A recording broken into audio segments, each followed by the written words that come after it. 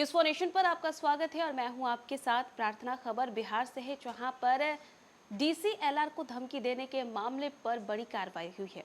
अप्रैल महीने में खबर आती है, जहां पर सांसद विवेक ठाकुर को लेकर के बात कही जाती है कि उन्होंने डीसीएलआर को धमकी दी है। हालांकि इस मामले में एफआईआर भी दर्ज कराई जाती है, लेकिन सांसद इसमें नहीं रहते हैं। लेकिन इसके बावजूद भी विवेक ठाकुर पर कई और आरोप लगते हैं, जिस पर अब बड़ी कार्रवाई वो हुई है। देखिए, नवादा के सांसद विवेक ठाकुर के नाम पर डीसीएलआर पश्चिमी स्नेहा कुमारी को धमकी देने के आरोपित शशि भूषण सिंह उर्फ मिंटू सिंह के विरुद्ध कोर्ट में चार्जशीट दाखिल की गई। वह वैशाली जिले के भगवानपुर थाना क्षेत्र के करहरी गांव का मूल निवासी है। वर्तमान में सदर थाने के खबड़ा के नवल किशोर नगर में वो रह रहा था। उसके विरुद्ध डीसीएलआर पश्चिमी स्नेहा कुमारी ने 20 अप्रैल 2026 को साइबर थाने में एफआईआर कराई थी। डीसीएलआर पश्चिमी स्नेहा कुमारी ने एफआईआर में कहा था कि 11 अप्रैल की दोपहर लगभग 3:30 बजे उनके सरकारी मोबाइल पर 2 बार और वह निजी नंबर पर 1 बार कॉल आया था। यानी कि जो सरकारी नंबर उनके पास मिला था उस पर भी कॉल आया था, जो पर्सनल नंबर था उस पर भी कॉल आया था। कॉल करने वाले ने अपने आप को नवादा का सांसद विवेक ठाकुर बताया।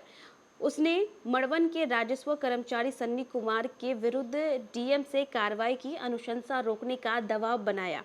उसने विजिलेंस में शिकायत पत्र भेजने की भी धमकी दी। 17 अप्रैल को नवादा के सांसद विवेक ठाकुर के फोन से इसकी जानकारी ली जाने पर उन्होंने इस तरह की कॉल करने से इनकार कर दिया। उनका नाम आ रहा था, लेकिन इसके बाद उन्होंने इनकार कर दिया।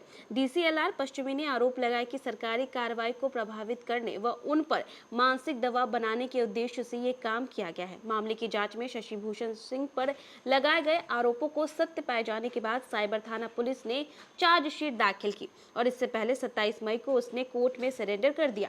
कोर्ट ने उसी दिन उसे जमानत दे दी थी और अब देखिए चार्जशीट जो है वो दाखिल हो गई है। और देखिए, जब कॉल आया था तो कॉल करने वाले ने खुद को नवादा सांसद विवेक ठाकुर बताया था, जिसके बाद जो है डीसीएलआर इस मामले को लेकर की एफआईआर भी कराती है। और जब ये बात सांसद से पूछी जाती है तो उन्होंने साफ इनकार कर दिया था और इसके बाद जो है शशि भूषण का नाम इसमें सामने आता है। हालांकि मई महीने में उसने सरेंडर भी कर दिया था और अब उसके खिलाफ जो है चार्जशीट भी दाखिल कर दी गई है।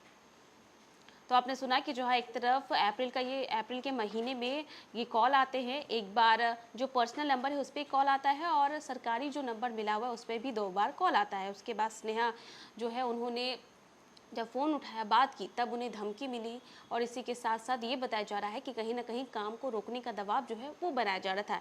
इस मामले को लेकर के एफआईआर भी कराई जाती है, जिसमें शशि भूषण का नाम सामने आता है और उसके बाद उसके खिलाफ जो है ये मामला सत्य पाया जाता है और उसके बाद जो है उसे कोर्ट में पेश किया जाता है, जहाँ पर वो सरेंडर भी कर देता है।